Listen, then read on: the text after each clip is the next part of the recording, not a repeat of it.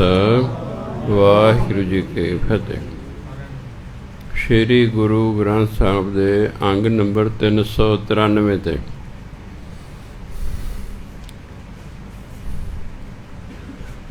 ਹੇਠੋਂ 2 4 ਹੇਠੋਂ ਪੰਜਵੀਂ ਪੰਕਤੀ ਹੈ 2 ਨੰਬਰ ਤੋਂ ਬਾਅਦ ਇਹੀ ਹੈ।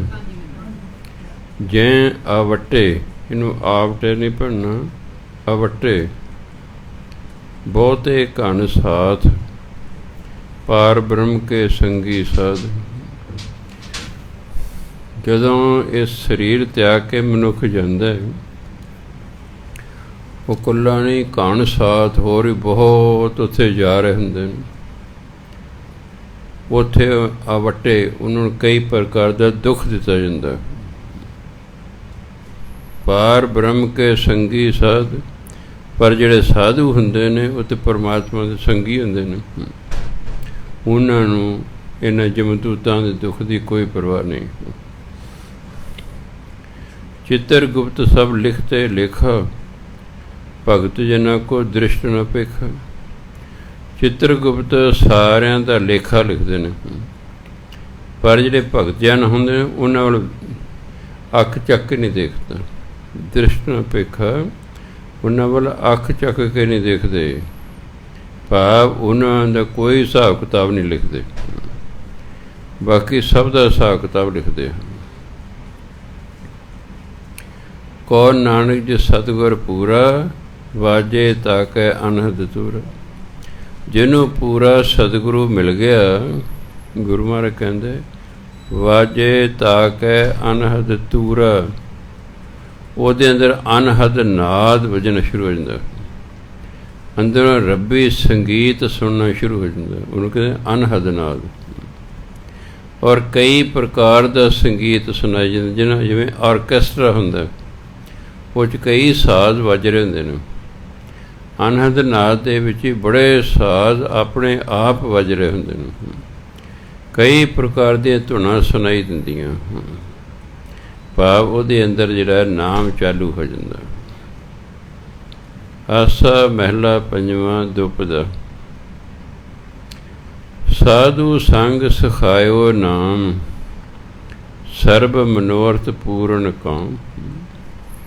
ਜਦੋਂ ਸਾਧੂ ਜਾਂ ਗੁਰੂ ਦੀ ਸੰਗਤ ਕੀਤੀ, ਉਹਨੇ ਨਾਮ ਦੀ ਦਾਤ ਦਿੱਤੀ। ਸਿਖਾਇਓ ਨਾਮ, ਉਹਨੇ ਕਿਹਾ ਭਾਈ ਨਾਮ ਜਪਿਆ ਕਰੋ। ਕੀ ਹੋਏਗਾ? ਸਰਬ ਮਨੋਰਥ ਪੂਰਨ ਕਾਮ। ਫਿਰ ਜਦੋਂ ਨਾਮ ਜਪਦਾ ਬੰਦਾ, ਉਹਦੇ ਸਾਰੇ ਮਨੋਰਥ, ਸਾਰੇ ਕੰਮ ਪੂਰੇ ਹੋ ਜਾਂਦੇ ਹਨ। ਅੱਜ ਤਾਂ ਬਹੁਤ ਸਾਰੇ ਕੰਮ ਅਧੂਰੇ ਰਹਿ ਜਾਂਦੇ ਹਨ, ਫਿਰ ਕਾਰਜ ਰਾਸ ਹੋ ਜਾਂਦੇ। ਨਾਮ ਹੀ ਜਪਣਾ ਬਸ। ਜਿਉਂ-ਜਿਉਂ ਤੁਸੀਂ ਵੱਧ ਨਾਮ ਜਪੀ ਜਾਓਗੇ, ਤਿਉਂ-ਤਿਉਂ ਤੁਹਾਡੇ ਕਾਰਜ ਪਰਮਾਤਮਾ ਸਾਰਨੇ ਸ਼ੁਰੂ ਕਰ ਦੇਗਾ। ਜੇ ਨਾਮ ਨਹੀਂ ਜਪਾਂਗੇ, ਫਿਰ ਸਾਨੂੰ ਆਪਣੇ ਕਾਰਜਾਂ ਲਈ ਆਪ ਭੱਜ ਨੱਠ ਕਰਨੀ ਪੈਗੀ। ਨਾਮ ਜਪੀ ਜਾਵਾਂਗੇ, ਜਿਸ ਬੰਦੇ ਤੱਕ ਸਾਡਾ ਕਾਰਜ ਹੈ ਉਹ ਆਪ ਹੀ ਆ ਜਾਏਗਾ ਤੁਹਾਡੇ ਕੋਲ। ਹਾਂਜੀ, ਵੀ ਕੋਈ ਸੇਵਾ ਦੱਸੋ ਜੀ। ਇਸ ਕਰਕੇ ਜਿਹੜਾ ਨਾਮ ਜਪਦਾ, ਸਰਬ ਮਨੋਰਥ ਪੂਰਨ ਕਾਮ, ਉਹਦੇ ਸਾਰੇ ਮਨੋਰਥ, ਸਾਰੇ ਮਨ ਦੀਆਂ ਇੱਛਾਵਾਂ ਤੇ ਸਾਰੇ ਕੰਮ ਪੂਰਨ ਹੋ ਜਾਂਦੇ ਹਨ। ਬੁੱਝ ਗਈ ਤ੍ਰਿਸ਼ਨਾ ਹਰ ਜਸੈ ਅਗਾਨੇ। ਅਗਾਨੇ ਹੁੰਦਾ ਰੱਜ ਜਾਣਾ, ਹਿੰਦੀ ਦਾ ਸ਼ਬਦ ਹੈ। ਹਰ ਜਸੈ, ਹਰੀ ਦੀ ਸਿਫਤ ਸਲਾਹ ਕਰਨ ਨਾਲ। ਜਦੋਂ ਬੰਦਾ ਹਰੀ ਦੀ ਸਿਫਤ ਸਲਾਹ ਕਰਦਾ ਹੈ, ਉਹਦਾ ਨਾਮ ਜਪਦਾ ਹੈ, ਉਹਦੀ ਬਾਣੀ ਪੜ੍ਹਦਾ ਹੈ, ਉਹਦੀ ਤ੍ਰਿਸ਼ਨਾ ਖਤਮ ਹੋ ਜਾਂਦੀ ਹੈ। ਉਹ ਮਾਨਸਿਕ ਤੌਰ 'ਤੇ ਰੱਜ ਜਾਂਦਾ, ਉਹ ਮਾਇਆ ਵੱਲੋਂ ਰੱਜ ਜਾਂਦਾ, ਉਹਦੀ ਤ੍ਰਿਸ਼ਨਾ ਖਤਮ ਹੋ ਜਾਂਦੀ। ਜਪ ਜਪ ਜੀਵਾਂ ਸਾਰੰਗ ਪਾਨ। ਇਸ ਲਈ ਮੈਂ ਵੀ ਪਰਮਾਤਮਾ ਦਾ ਨਾਮ ਜਪ ਜਪ ਕੇ ਜਿਉਂਦਾ ਹਾਂ। ਸਾਰੰਗ ਪਾਣੇ ਪਰਮਾਤਮਾ ਨੂੰ ਕਹਿੰਦੇ, ਮੈਂ ਪਰਮਾਤਮਾ ਦਾ ਨਾਮ ਜਪ ਜਪ ਕੇ ਜਿਉਂਦਾ ਹਾਂ। ਕਰਨ ਕਰਾਵਨ ਸ਼ਰਨ ਭਰਿਆ, ਗੁਰ ਪ੍ਰਸਾਦ ਸਹਿਜ ਕਰ ਪਾਇਆ, ਮਿਟਿਆ ਅੰਧੇਰਾ ਚੰਦ ਚੜ੍ਹਿਆ। ਪਰਮਾਤਮਾ ਕਰਨ ਕਰਾਉਣ ਵਾਲਾ ਹੈ, ਉਹ ਸਭ ਕੁਝ ਕਰ ਸਕਦਾ ਹੈ ਅਤੇ ਸਭ ਕੁਝ ਕਰਵਾ ਸਕਦਾ ਹੈ। ਇਸ ਨੂੰ ਕਹਿੰਦੇ ਕਰਨ ਕਰਾਓ। ਜਿਹੜਾ ਪਰਮਾਤਮਾ ਦੀ ਸ਼ਰਨ 'ਚ ਆ ਜਾਂਦਾ, ਸ਼ਰਨ ਪਰਿਆ, ਉਹ ਪਰਮਾਤਮਾ ਜੋ ਸਭ ਕੁਝ ਕਰਨ ਕਰਾਉਣ ਵਾਲਾ ਹੈ, ਜਿਹੜਾ ਉਹਦੀ ਸ਼ਰਨ 'ਚ ਆ ਜਾਂਦਾ ਹੈ, ਗੁਰ ਪ੍ਰਸਾਦ ਸਹਿਜ ਕਰ ਪਾਇਆ। ਗੁਰੂ ਦੀ ਕਿਰਪਾ ਨਾਲ ਉਹਨੂੰ ਸਹਿਜ ਅਵਸਥਾ ਪ੍ਰਾਪਤ ਹੋ ਜਾਂਦੀ ਹੈ। ਸਹਿਜ ਅਵਸਥਾ ਬ੍ਰਹਮ ਗਿਆਨ ਦੀ ਅਵਸਥਾ ਹੁੰਦੀ ਹੈ। ਬ੍ਰਹਮ ਗਿਆਨੀ ਦੇ ਜੀਵਨ 'ਚ ਦੁੱਖ ਆਓ, ਸੁੱਖ ਆਓ, ਖੁਸ਼ੀ ਆਓ, ਗਮੀ ਆਓ, ਗਰੀਬੀ ਆਓ, ਅਮੀਰੀ ਆਓ, ਉਹ ਇੱਕ ਸਾਰ ਰਹਿੰਦਾ ਹੈ। ਉਹ ਦੁੱਖ 'ਚ ਦੁਖੀ ਨਹੀਂ ਹੁੰਦਾ, ਸੁੱਖ 'ਚ ਟੱਪਦਾ ਨਹੀਂ, ਅਮੀਰੀ 'ਚ ਹੰਕਾਰ ਨਹੀਂ ਕਰਦਾ, ਗਰੀਬੀ 'ਚ ਰੋਂਦਾ ਨਹੀਂ ਹੈ, ਇੱਕ ਸਾਰ ਰਹਿੰਦਾ ਹੈ। ਕਿਉਂਕਿ ਉਹਨੂੰ ਗਿਆਨ ਹੋ ਜਾਂਦਾ ਹੈ ਕਿ ਸਭ ਕੁਛ ਜੋ ਵੀ ਹੋ ਰਿਹਾ ਪਰਮਾਤਮਾ ਦੇ ਹੁਕਮ 'ਚ ਹੋ ਰਿਹਾ ਹੈ। ਬਸ ਉਹ ਉਹਦੀ ਰਜ਼ਾ 'ਚ ਰਹਿੰਦਾ ਹੈ, ਇਸ ਲਈ ਸੁਖੀ ਰਹਿੰਦਾ ਹੈ।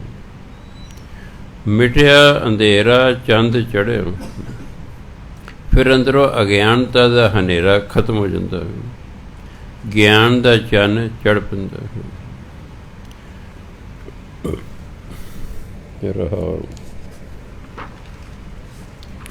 ਲਾਲ ਜਵੇਹਰ ਭਰੇ ਭੰਡਾਰ, ਤੋਟ ਨਾ ਆਵੈ ਜਪ ਨਿਰੰਕਾਰ। ਇਨਸਾਨ ਦੇ ਅੰਦਰ ਹੀਰੇ ਜਵਾਹਰਤਾਂ ਦੇ ਭੰਡਾਰ ਭਰੇ ਹੋਏ ਹਨ, ਕਿਉਂਕਿ ਜੋ ਬ੍ਰਹਮੰਡ ਹੈ ਸੋਈ ਪਿੰਡ ਹੈ। ਜੋ ਬ੍ਰਹਮੰਡ ਵਿੱਚ ਹੈ ਉਹੀ ਅੰਦਰ ਹੈ। ਇਹ ਨਾ ਲੱਭਿਓ ਕਿ ਲੋ ਢਿੱਡ ਪਾਲ ਲਓ, ਇਹਦੇ ਅੰਦਰੋਂ ਹੀਰੇ ਜਵਾਹਰ ਕੱਢ ਲਓ, ਨਹੀਂ। ਜਿਵੇਂ ਹੀਰੇ ਜਵਾਹਰ ਕੀਮਤੀ ਹੁੰਦੇ ਨੇ, ਇਸ ਤਰ੍ਹਾਂ ਇਨਸਾਨ ਦੇ ਗੁਣ ਵੀ ਕੀਮਤੀ ਹੁੰਦੇ ਨੇ। ਅੰਦਰ ਗੁਣਾਂ ਦਾ ਭੰਡਾਰ ਨੇ।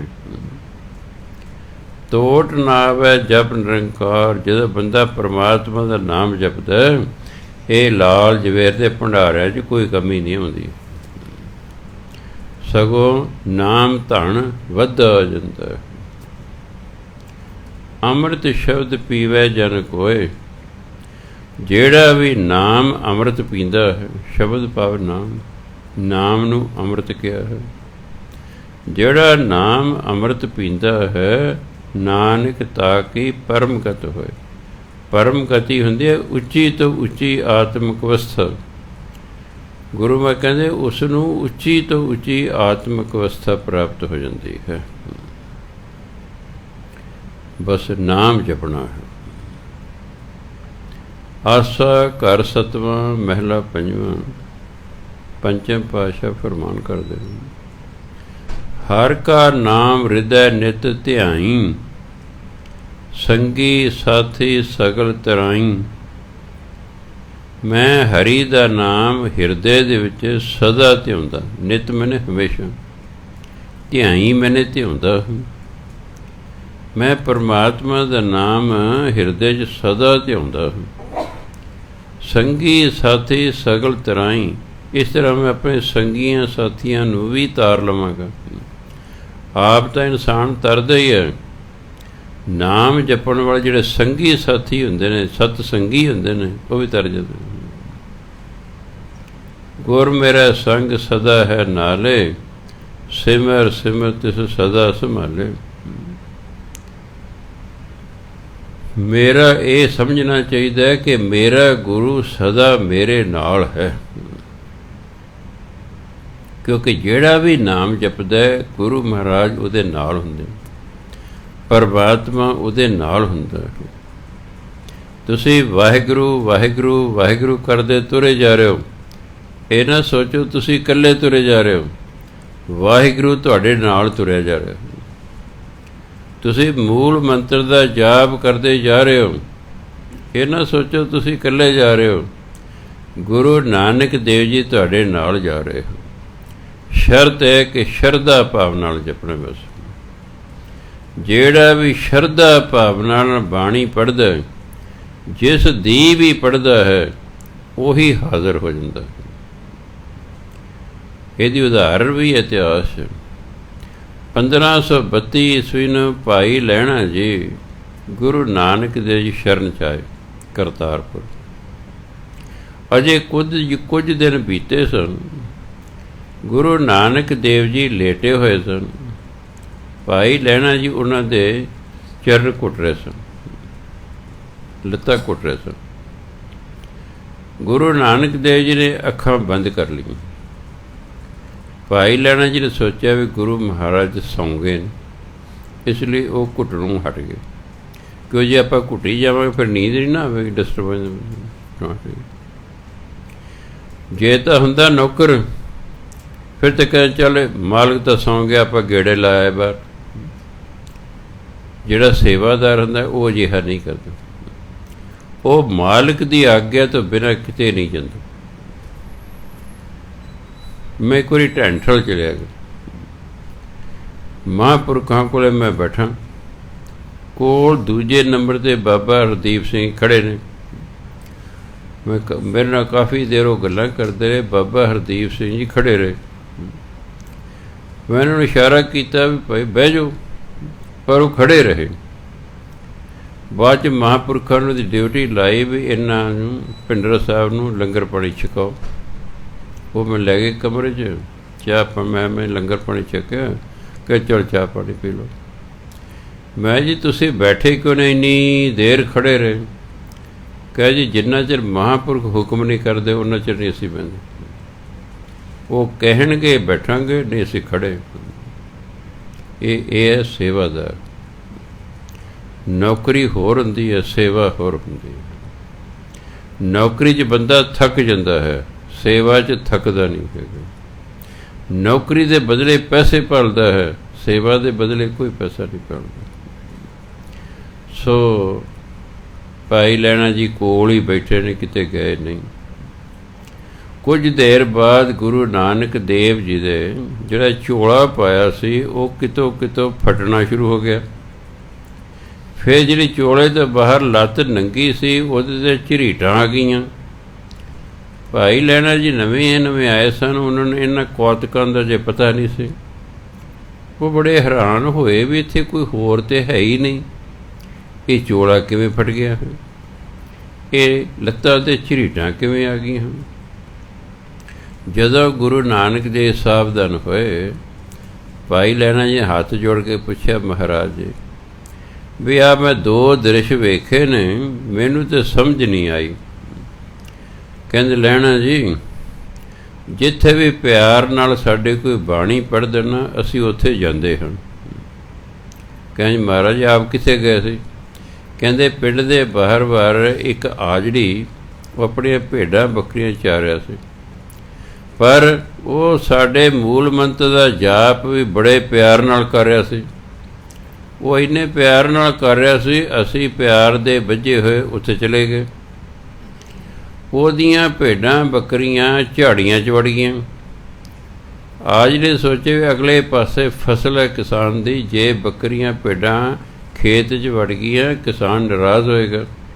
ਉਹ ਵੀ ਕਹਿੰਦੇ ਸਾਡੀ ਬਾਣੀ ਦਾ ਜਾਪ ਕਰਦਾ ਉਹੀ ਝਾੜੀਆਂ 'ਚ ਵੜ ਗਿਆ, ਕਿਉਂਕਿ ਸਾਡੀ ਬਾਣੀ ਦਾ ਜਾਪ ਕਰਿਆ ਸੀ, ਅਸੀਂ ਵੀ ਝਾੜੀਆਂ 'ਚ ਵੜ ਗਏ। ਇਸ ਕਰਕੇ ਕੰਡਿਆਂ ਦੇ ਨਾਲ ਜਿਹੜਾ ਸਾਡਾ ਝੋਲਾ ਪਟ ਗਿਆ ਅਤੇ ਕੰਡਿਆਂ ਦੀਆਂ ਝਰੀਟਾਂ ਸਾਡੀ ਲੱਤਾਂ 'ਤੇ ਪੈ ਗਈਆਂ। ਇਸ ਕਰਕੇ ਜਿੱਥੇ ਵੀ ਪਿਆਰ ਨਾਲ ਕੋਈ ਬਾਣੀ ਪੜ੍ਹਦਾ, ਸਾਵਧਾਨ ਹੋ ਕੇ ਪੜ੍ਹਦਾ। ਅੱਜ ਇੱਕ ਮੈਨੂੰ ਕਹਿੰਦਾ ਬਾਬਾ ਜੀ ਬਹੁਤ ਦੇਰ ਹੋ ਗਈ, ਜਦੋਂ ਭੋਗ ਪੈਂਦਾ ਕੋਈ ਰੂਹ ਨਹੀਂ ਆਉਂਦੀ। ਮੈਂ ਦੇਖੋ ਜੀ ਪਾਠੀ ਜ਼ਰੂਰ ਕੋਈ ਨਾ ਕੋਈ ਸੌਂ ਜਾਂਦਾ ਹੋਏਗਾ ਵਿੱਚ, ਉਂਝ ਨਹੀਂ ਹੋ ਸਕਦਾ। ਚਾਹੇ 1 ਮਿੰਟ ਲਈ ਸੌਂਦਾ, ਚਾਹੇ ਅੱਧੇ ਮਿੰਟ ਲਈ ਸੌਂਦਾ, ਇਹ ਖੰਡਿਤ ਹੋ ਜਾਂਦੇ ਪਾਠੀ ਸਾਵਧਾਨ ਨਹੀਂ ਹੈਗੇ, ਇਸ ਲਈ ਫਿਰ ਗੁਰੂ ਨਾਰਾਜ਼ ਹੋ ਜਾਂਦੇ।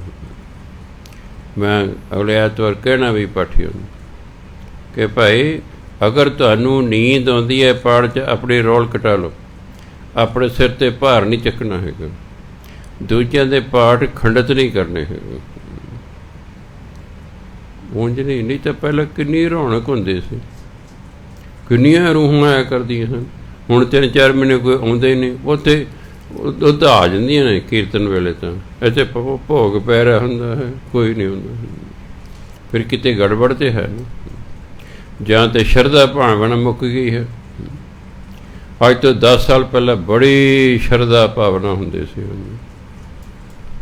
हौली हौली हौली हौली पता नहीं सी बुढ़े हो गया कि की हो गया, शरधा भावना घटती जाती है। सो इसलिए पाठियां नूं बड़ा सावधान रहना पैंदा। शरधा भावना दे नाल प्यार सहित बाणी पढ़ो, आप नूं भी आनंद आवेगा, कोई संगत बैठी उहनूं भी आनंद आएगा, ते प्यार दे बजे हुए गुरु महाराज भी आउणगे। इसलिए गुरु महाराज कहते गुरु मेरा संग सदा है नाल, गुरु ते सदा ही मेरे नाल है, सिमर सिमर ते सदा संभाले। इसलिए उहदा सिमरन करके उन्होंने सदा याद रखना चाहिए, संभाले याद रखना चाहिए। रहा तेरा किया मीठा लागे, हर नाम पदार्थ नानक मांगे। हे परमात्मा तेरा कीता होया सानू मिठा लगदा है, भाव चंगा लगदा। दुख दे सुख दे, फिर क्या दुख सुख प्रभ देवन हार, अवर त्याग तू तिसे चितार। ये नहीं कि दुख आ गया तो कहो जी क्यों आ गया जी, मैं नहीं नाम जपदा जी। कई बार बंदा किसी भावना नूं लैके सेवा कर रहा हुंदा है, ਉਹਦੀ भावना मंजूर नहीं हुई, वो सेवा बंद कर दिंदा है। कोई किसी भाव नूं लैके पाठ कर रहा, ਉਹਦੀ भावना पूरी नहीं हुई, वो पाठ बंद कर दिंदा है। गुरु या परमात्मा नूं कोई फर्क नहीं पैंदा, करना करो नहीं करना ना करो। पाठ करना असीं अपने फायदे लिए करना, किसी लिए तो नहीं करना। सिमरन करना अपने फायदे लिए करना है। इसलिए कहते हे परमात्मा तेरा कीता सानू मिठा लगता है, हर नाम पदार्थ नानक मांगा। नानक दे हेठ जद औंकड़ आ जाता है, फिर गुरु महाराज अपने वालों कहते कि हे परमात्मा मैं तेरे तो नाम रूपी पदार्थ की मंग करदा, भाव मैनू नाम की दात दे, भी तां जो मैं वत वत तेरा नाम जपां। आसा महला पंजवां। साधु संगत तरया संसार, हर का नाम मनै आधार। ਜਿਹੜਾ ਗੁਰੂ ਦੀ ਸੰਗਤ ਕਰਦਾ ਹੈ ਉਹ ਇਸ ਭਵ ਸਾਗਰ ਨੂੰ ਤਰ ਜਾਂਦਾ ਹੈ, ਕਿਉਂਕਿ ਹਰੀ ਦਾ ਨਾਮ ਉਹਦੇ ਮਨ ਦਾ ਆਧਾਰ ਹੋ ਜਾਂਦਾ ਹੈ। ਜਿਵੇਂ ਓਟ ਆਸਰਾ ਹੁੰਦਾ ਹੈ, ਉਹਦੇ ਮਨ ਨੂੰ ਪਰਮਾਤਮਾ ਦੇ ਨਾਮ ਦਾ ਆਸਰਾ ਹੁੰਦਾ ਹੈ। ਚਰਨ ਕਮਲ ਗੁਰਦੇਵ ਪਿਆਰੇ, ਪੂਜੈ ਸੰਤ ਹਰ ਪ੍ਰੀਤ ਪਿਆਰੇ। ਗੁਰਦੇਵ ਇੱਥੇ ਪਰਮਾਤਮਾ ਨੂੰ ਕਿਹਾ, ਗੁਰਦੇਵ ਮਾਤਾ, ਗੁਰਦੇਵ ਪਿਤਾ, ਗੁਰਦੇਵ ਬੰਧੂ ਸਹੋਦਰਾ, ਗੁਰਦੇਵ ਪਰਮਾਤਮਾ ਲਈ ਵਰਤਿਆ। ਪਰ ਪਰਮਾਤਮਾ ਦੇ ਜਿਹੜੇ ਚਰਨ ਕਮਲ ਹਨ, ਉਹ ਜਿਹੜੇ ਸੰਤ ਨੇ ਉਹਨਾਂ ਨੂੰ ਬੜੇ ਪਿਆਰੇ ਲੱਗਦੇ ਹਨ। ਇਸ ਲਈ ਕੀ ਕਰਦੇ ਨੇ, ਪੂਜਾ ਸੰਤ ਹਰ ਪ੍ਰੀਤ ਪਿਆਰੇ। ਉਹ ਪਿਆਰ ਸਹਿਤ ਆਪਣੇ ਪਿਆਰੇ ਦੀ ਪੂਜਾ ਕਰਦੇ ਹਨ, ਚਰਨਾਂ ਦੀ ਪੂਜਾ ਕਰਦੇ ਹਨ।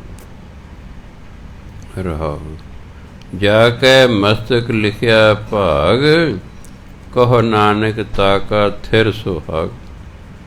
ਜਾ ਕੇ ਜਦੋਂ ਜਾ ਜਾਂ ਤਾ ਤੋਂ ਵੱਧ ਕਾ ਕੇ ਕੀ ਕੀਆਂ ਸਿਉ ਇਹ ਸ਼ਬਦ ਆ ਜਾਣ, ਫਿਰ ਇਹ ਬਿੰਦੀ ਤਾਂ ਬਿਨਾਂ ਪੜ੍ਹੇ ਜਾਂਦੀ। ਜੇ ਜਾ ਇਕੱਲਾ ਹੁੰਦਾ ਫਿਰ ਆਪਾਂ ਨੂੰ ਜਾਂ ਪੜ੍ਹਨਾ ਸੀ, ਇਹਦੇ ਨਾਲ ਆ ਗਿਆ ਕੈ, ਇਸ ਲਈ ਇਹਨੂੰ ਪੜ੍ਹਨਾ ਜਾ ਕੈ, ਹਿੰਦੀ ਦਾ ਸ਼ਬਦ ਹੈ। ਜਾ ਕੈ ਜਿਸ ਦੇ ਮਸਤਕ ਕੱਕੇ ਅਨੁਸਾਰੀ ਹੈ, ਮੱਥੇ ਉੱਤੇ ਲਿਖਿਆ ਭਾਗ, ਚੰਗਾ ਭਾਗ ਲਿਖਿਆ ਹੋਇਆ, ਚੰਗੀ ਕਿਸਮਤ ਲਿਖੀ ਹੋਈ ਹੈ। ਕਹੋ ਨਾਨਕ ਤਾਕਾ ਥਿਰ ਸੁਹਾਗ, ਉਹਦਾ ਸੁਹਾਗ ਸਦਾ ਰਹਿੰਦਾ ਹੈ। ਉਹ ਕਦੇ ਦੁਹਾਗਣ ਨਹੀਂ ਹੁੰਦੇ, ਉਹ ਸਦਾ ਹੀ ਸੁਹਾਗਣ ਰਹਿੰਦੇ। ਆਸਾ ਮਹਿਲਾ ਪੰਜਵਾਂ। मीठी आज्ञा फिर की लागी, सौंकण घर की कंत त्यागी। जिन्हों अपने प्यारे दा हुक्म मिठा लगदा, आज्ञा हुंदा हुक्म, जिन्हों अपने प्यारे परमात्मा पति दा हुक्म मिठा लगन दा भाव है चंगा लगना, चंगा लगदा है। ਜਿਹੜੇ ਅੰਦਰ ਸੌਂਕਣ ਸੀ ਮਾਇਆ, ਇੱਕ ਤੇ ਦੋ ਕਿਸੇ ਦੀਆਂ ਘਰ ਵਾਲੀਆਂ ਨੇ, ਉਹ ਇੱਕ ਦੂਜੇ ਲਈ ਸੌਂਕਣਾ ਨੇ।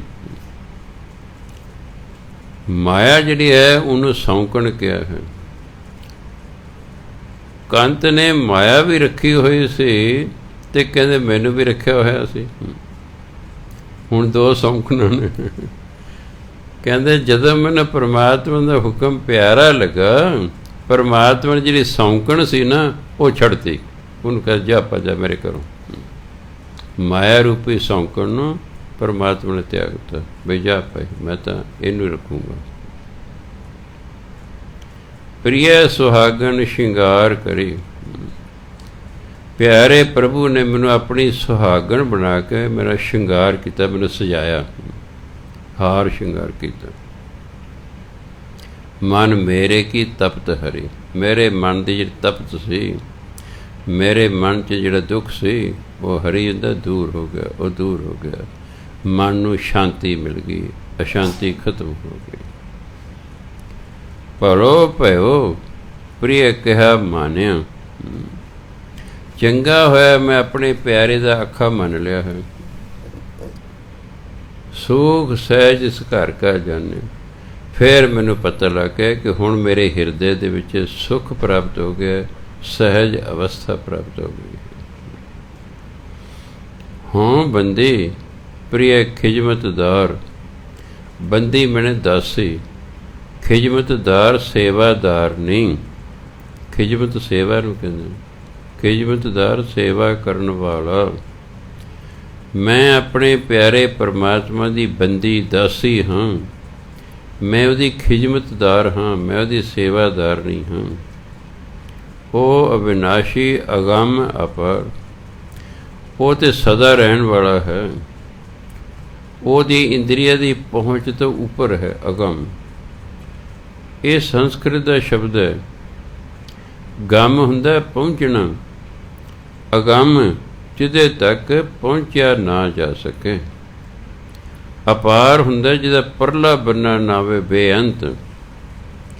ਪਰਮਾਤਮਾ ਬੇਅੰਤ ਹੈ, ਅਗੰਮ, ਉਹ ਇੰਦਰੀਆਂ ਦੀ ਪਹੁੰਚ ਤੋਂ ਪਰਾਂ ਹੈ, ਉਹ ਅਵਿਨਾਸ਼ੀ ਹੈ।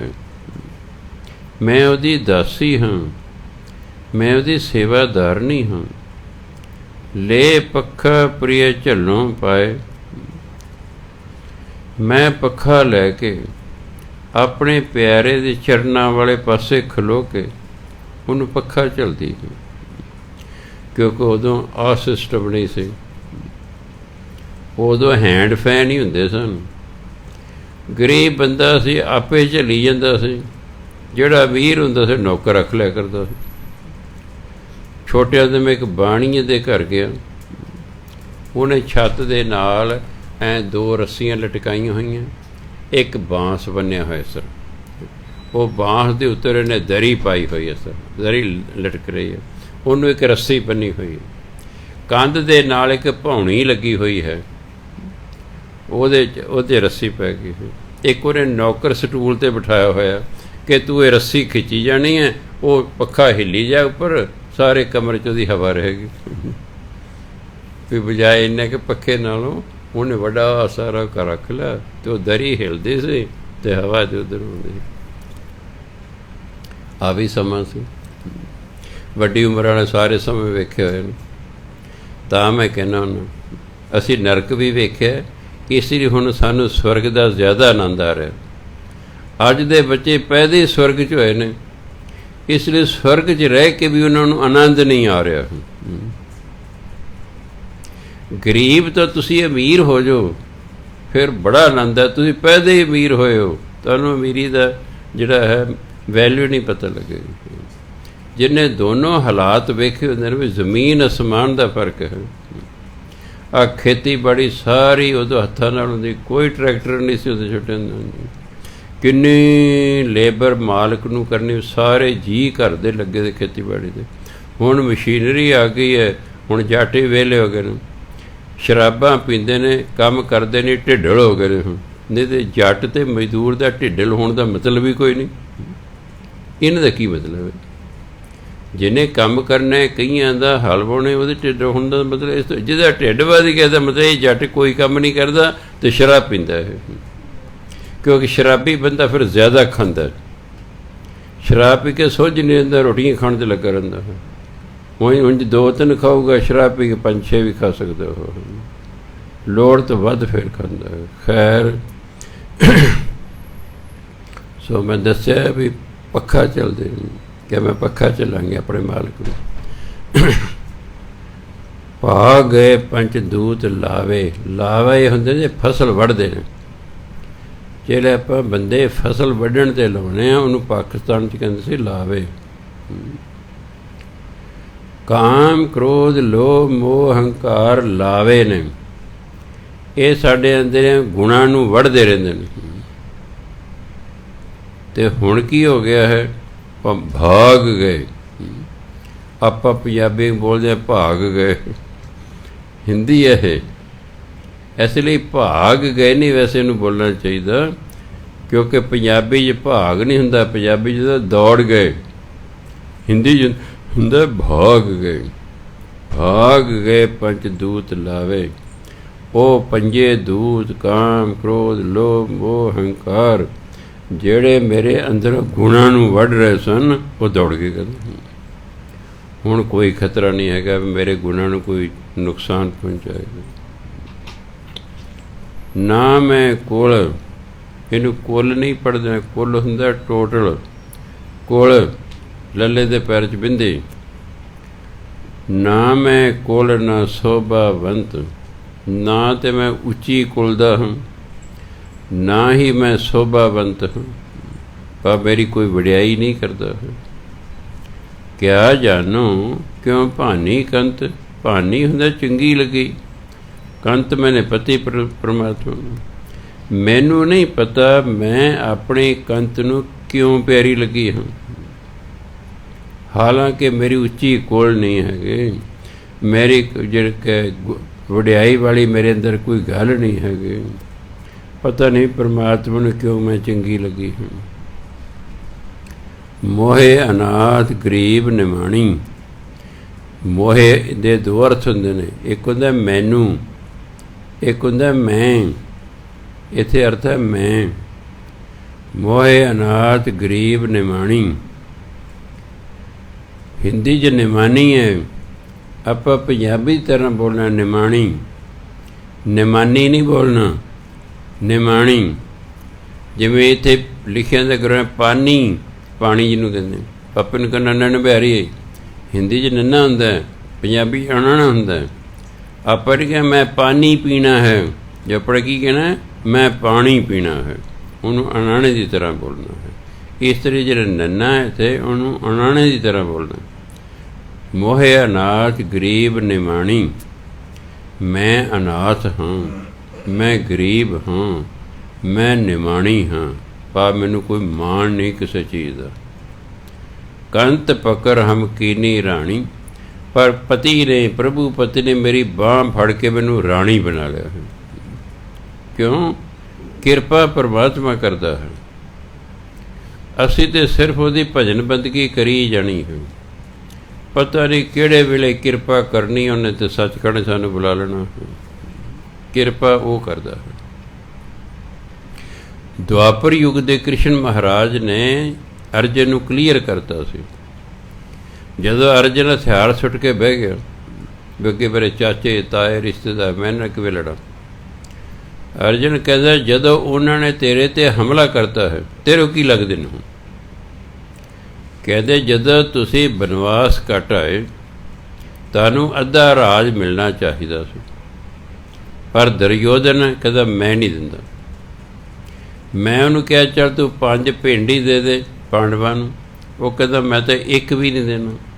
ਮੈਂ ਕਿ ਚੱਲ ਇੱਕ ਪਿੰਡ ਦੇ ਦੇ, ਕਹਿੰਦਾ ਮੈਂ ਤਾਂ ਸੂਈ ਦੇ ਨੱਕੇ ਜਿੰਨੀ ਥਾਂ ਨਹੀਂ ਦੇਣੀ। ਦੱਸ ਤੇਰਾ ਕੀ ਲੱਗਦਾ ਫਿਰ? ਮੰਨ ਲਓ ਮੇਰਾ ਕੋਈ ਰਿਸ਼ਤੇਦਾਰ ਮੇਰੀ ਪ੍ਰਾਪਰਟੀ ਦਬ ਲੈਂਦਾ, ਮੇਰਾ ਕੀ ਲੱਗਦਾ ਹੈ? ਕੁਛ ਨਹੀਂ ਲੱਗਦਾ। ਇਸ ਕਰਕੇ ਕਹਿੰਦੇ ਹੁਣ ਤੁਸੀਂ ਦੋਨੋਂ ਫੌਜਾਂ ਨੂੰ ਸਾਹਮਣੇ ਨਾ ਲੜਾਈ ਹੋ ਰਹੀ ਤੇਰੇ, ਹੁਣ ਕੁਛ ਨਹੀਂ ਲੱਗਦੇ।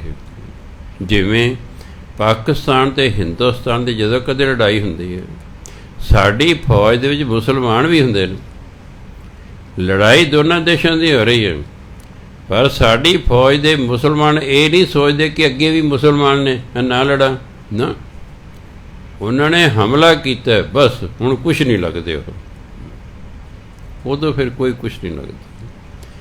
ਕਹਿੰਦੇ ਬਾਕੀ ਰਹੀ ਜਿੱਤ ਤੇ ਹਾਰ, ਉਹ ਤਾਂ ਮੇਰੇ ਹੱਥ 'ਚ।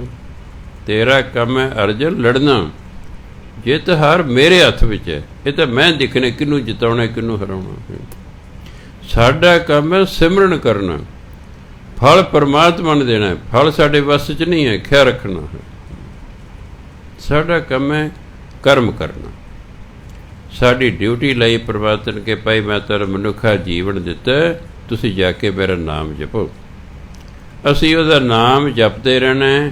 ਉਹ ਕਦੋਂ ਸਾਡੇ 'ਤੇ ਕਿਰਪਾ ਕਰਦਾ ਇਹ ਉਹਦੀ ਮਰਜ਼ੀ ਹੈ, ਕਿਰਪਾ ਸਾਡੇ ਹੱਥ 'ਚ ਨਹੀਂ। ਤਾਂ ਹੀ ਕਹਿੰਦੇ ਮੇਰੇ 'ਚ ਕੋਈ ਗੁਣ ਵੀ ਨਹੀਂ, ਮੈਂ ਤਾਂ ਅਨਾਥ ਹਾਂ, ਮੈਂ ਤਾਂ ਗਰੀਬ ਹਾਂ, ਮੈਂ ਤਾਂ ਨਿਮਾਣੀ ਹਾਂ, ਮੈਂ ਤਾਂ ਨੀਵੀਂ ਕੁਲ ਦੀ ਹਾਂ, ਮੈਂ ਸ਼ੋਭਾਵੰਤ ਵੀ ਨਹੀਂ ਹਾਂ। ਪਰ ਕੰਤ ਨੇ ਪਤੀ ਨੇ ਮੇਰੀ ਬਾਂਹ ਫੜ ਕੇ ਮੈਨੂੰ ਆਪਣੀ ਰਾਣੀ ਬਣਾ ਲਿਆ। ਜਬ ਮੁਖ ਪ੍ਰੀਤਮ ਸਾਜਨ ਲਾਗਾ, ਜਦੋਂ ਕਹਿੰਦਾ ਮੇਰਾ ਪਿਆਰਾ ਪਰਮਾਤਮਾ ਸੱਜਣ ਮੇਰੇ ਮੁੱਖ ਲੱਗਾ ਪਾ, ਮੈਂ ਦਰਸ਼ਨ ਕੀਤੇ ਉਹਦੇ ਮੁੱਖ ਲੱਗਣਾ ਦਰਸ਼ਨ ਕਰ। ਜਦੋਂ ਆਪਣੇ ਪ੍ਰੀਤਮ ਦੇ ਆਪਣੇ ਸੱਜਣ ਦੇ ਦਰਸ਼ਨ ਕੀਤੇ, ਸੁਖ ਸਹਿਜ ਮੇਰਾ ਧਨ ਸੁਹਾਗਾ, ਮੇਰੇ ਅੰਦਰ ਸੁਖ ਪੈਦਾ ਹੋ ਗਿਆ, ਮੇਰੇ ਅੰਦਰ ਸਹਿਜ ਅਵਸਥਾ ਪੈਦਾ ਹੋ ਗਈ ਅਤੇ ਮੈਂ ਸੁਹਾਗਣ ਹੋ ਗਈ, ਮੈਂ ਧਨਤਾ ਦੇ ਯੋਗ ਹੋ ਗਈ। ਕਹੋ ਨਾਨਕ ਮੋਰੀ ਪੂਰਨ ਅਸ, ਸਤਿਗੁਰ ਮੇਲੀ ਪ੍ਰਭ ਗੁਣ ਤਸ। ਗੁਣ ਤਸ ਗੁਣਾਂ ਦਾ ਖਜ਼ਾਨਾ, ਪਰਮਾਤਮਾ ਗੁਣਾਂ ਦਾ ਖਜ਼ਾਨਾ ਹੈ। ਸਤਿਗੁਰ ਨੇ ਜਦੋਂ ਮੇਰਾ ਮੇਲ ਉਹ ਪਰਮਾਤਮਾ ਜੋ ਗੁਣਾਂ ਦਾ ਖਜ਼ਾਨਾ ਹੈ ਉਸ ਨਾਲ ਕਰਾ ਦਿੱਤਾ, ਕਹੋ ਨਾਨਕ ਮੋਰੀ ਪੂਰਨ ਆਸਾ, ਮੇਰੀ ਇੱਛਾ ਪੂਰੀ ਹੋ ਗਈ। ਮੋਰੀ ਮੈਨੇ ਮੇਰੀ ਆਸਾ ਮੇਰੀ ਆਸ ਪੂਰਨ ਹੋ ਗਈ। ਆਸਾ ਮਹਿਲਾ ਪੰਜਵਾਂ। ਮਾਥੈ ਤ੍ਰਿਕੁਟੀ ਦ੍ਰਿਸ਼ਟ ਕਰੂਰ, ਬੋਲੇ ਕੌੜਾ ਜਿਹਬਾ ਕੀ ਫੂੜ, ਸਦਾ ਭੂਖੀ ਫਿਰ ਜਾਣੈ ਦੂਰ। ਮਾਇਆ ਨੂੰ ਕਿਹਾ, ਕਹਿੰਦੇ ਮਾਇਆ ਇੱਕ ਐਸੀ ਔਰਤ ਹੈ ਜਿਹਦੇ ਮੱਥੇ 'ਤੇ ਤਿਉੜੀਆਂ ਪਈਆਂ। ਤ੍ਰਿਕੁਟੀ, ਕਈ ਬੰਦਿਆਂ ਦੇ ਚਿਹਰੇ 'ਤੇ ਤਿਉੜੀਆਂ ਪਈਆਂ ਹੁੰਦੀਆਂ। ਜਦੋਂ ਕੋਈ ਬੰਦਾ ਖਿਝਿਆ ਰਹੇ ਨਾ ਬਹੁਤਾ ਸਮਾਂ, ਫਿਰ ਉਹਦੇ ਮੱਥੇ 'ਤੇ ਵੱਟ ਪੈ ਜਾਏ। ਮੱਥਾ ਬਿਲਕੁਲ ਕੋਈ ਵੱਟ ਨਹੀਂ ਪਿਆ, ਉਸ ਤੋਂ ਸਾਫ਼ ਹੈ ਕਿ ਇਹ ਸ਼ਾਂਤ ਚਿੱਤ ਰਹਿੰਦਾ ਬੰਦਾ।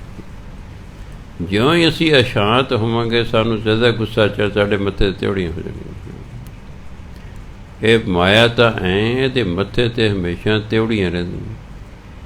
ਦ੍ਰਿਸ਼ਟ ਕਰੂਰ, ਇਹ ਜਿਹੜਾ ਹੈ ਨਫ਼ਰਤ ਨਾਲ ਵੇਖਦੀ ਹੈ, ਪਿਆਰ ਨਾਲ ਨਹੀਂ ਵੇਖਦੀ, ਨਫ਼ਰਤ ਨਾਲ ਵੇਖਦੀ।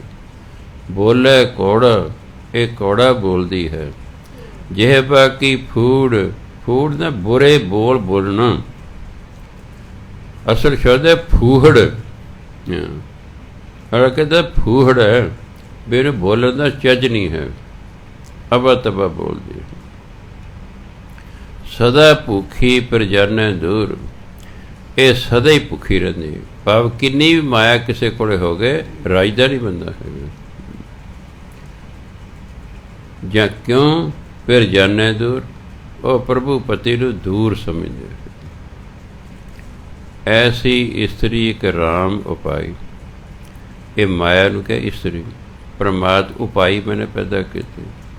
परमात्मा ने माया रूपी ऐसी स्त्री पैदा की है, उन सब जग खाया हम गुर राखे मेरे भाई।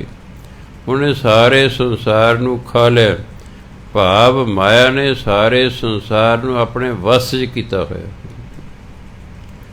माया दे के जो मर्जी करा लो, आ राज्य सद वोटा पे पैसे दे के खरीद ले, लालच दो पैसे दो, एक छड़ते ने पार्टी दूजी चले जाती। वो बंदा जिहड़ा 50 साल जिस पार्टी नूं गालां कढ़दा रहा, निंददा रहा, वो राते रात उस पार्टी चले गए भी हुण चंगी हो गई। तू 50 साल उस पार्टी के विरुद्ध बोलता रहा, हुण चंगी हो गई। बेअसूले लोग ने, बेअसूले लोग हो गए। इसे तरह ही जिहड़ी माया है वो की करदी है, उन सब जग खाया। वो लालच कर नहीं गए ना भी शायद उधर सानू कोई पोस्ट मिल जाएगी। मुझे कोई नहीं जाता, अंदर खाते लालच दिता जाता है, तू साढ़े वाल आ जा, असी तेनों आ देवांगे, आ तेन बनावांगे, तेनों इलैक्शनां च खड़िया करांगे, ये है वो है। लालच दे के पैसे दे के जिधर मर्जी, हर बंदे की कीमत होती है।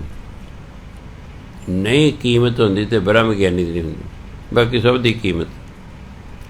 कोई चाह दे कप नाल ही खुश नट तुहाडा काम कर देगा, कोई बोतल पी के तुहाडा काम कर देगा, कोई 500-700 रुपये लैके तुहाडा काम कर देगा, कोई लखा लैके करेगा, कोई करोड़ा लैके भी तुहाडे हक च हो जाएगा। हर बंदे की कीमत होंदी, बस उसकी कीमत देनी होंदी है, जिधर मर्जी ला जाए। तां कहने उन सब जग खाया, माया ने सारे संसार नू काबू किया होया है। हम गुर राखे मेरे भाई, सानू तां गुरु ने इस माया रूपी स्त्री तो बचा लिया है, साड़ी रख्या की है। रहा हुण जिहड़े छोटे साहिबजादे सन, देखो पहलां लालच दिता गया भी बच्चे ने शायद लालच विच आके जिहड़ा है ये मुसलमान बन जाणगे। प्यार कीता, शायद प्यार नाल मन जाणगे। फिर डरावा दिता भी तुहानूं मार देंगे, तुसीं मुसलमान बन जाओ।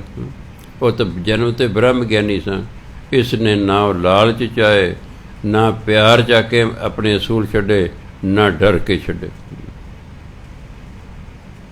क्योंकि जिहड़ा जदों मनुख ब्रह्म ज्ञानी हो जाता है, वो निरभौ हो जाता है, ਉਹਦੇ अंदर संसार का डर ही खत्म हो जाता।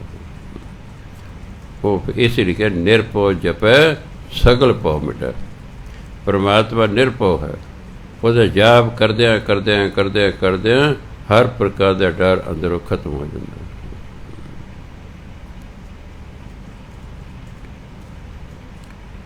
रहा पाए ठगौली सब जग मोहिया। ठगौली ने ठग बूटी। पुराने जमाने दे विच ठग्गां कोल एक बूटी हुंदी सी, उहनूं कहंदे ठग बूटी। ठग्गां दा काम है लोकां नूं ठगना।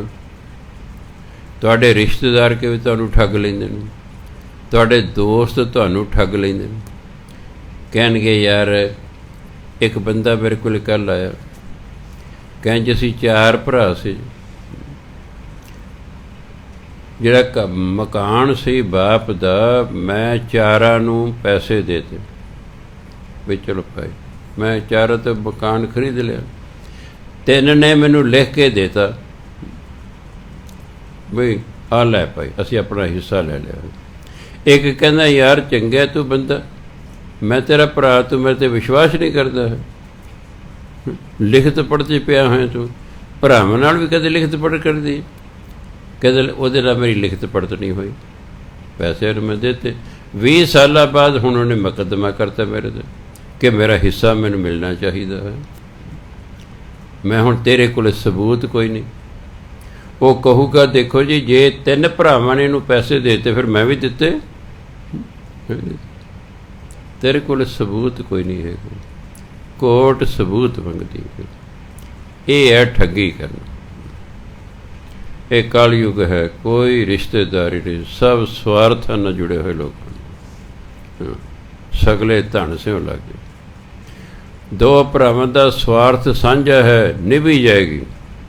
ਜਿੱਦੇ ਸਵਾਰਥ ਅੱਡ ਅੱਡ ਹੋ ਗਏ ਉਹਦੇ ਤੂੰ ਕੌਣ ਮੈਂ ਕੌਣ। ਬਾਪ ਪੁੱਤਰ ਦਾ ਸਵਾਰਥ ਸਾਂਝਾ ਹੈ, ਨਿਭੀ ਜਾਏਗੀ। ਨਹੀਂ ਤਾਂ ਪੁੱਤਰ ਹੀ ਬਾਪ ਨੂੰ ਕਤਲ ਕਰ ਦਿੰਦੇ, ਕਈ ਵਾਰੀ ਬਾਪ ਪੁੱਤਰ ਨੂੰ ਮਰਵਾ ਦਿੰਦਾ। ਇਸ ਲਈ ਮਾਇਆ ਦਾ ਇੰਨਾ ਜ਼ਿਆਦਾ ਮਨੁੱਖ 'ਤੇ ਪ੍ਰਭਾਵ ਹੋ ਗਿਆ ਕਿ ਕੋਈ ਦੋਸਤੀ ਨਹੀਂ ਰਹੀ, ਕੋਈ ਰਿਸ਼ਤੇਦਾਰੀ ਨਹੀਂ ਰਹੀ। ਇਹੀ ਕਾਰਨ ਹੈ ਕਿ ਜਦੋਂ ਮੈਂ ਟੀਚਰ ਲੱਗਾ ਸੀ 1963 ਦੇ ਵਿੱਚ, ਮੇਰੇ ਬ੍ਰਦਰ ਵੀ ਉਹਦਾ ਟੀਚਰ ਲੱਗੇ ਹੋਏ ਸਨ।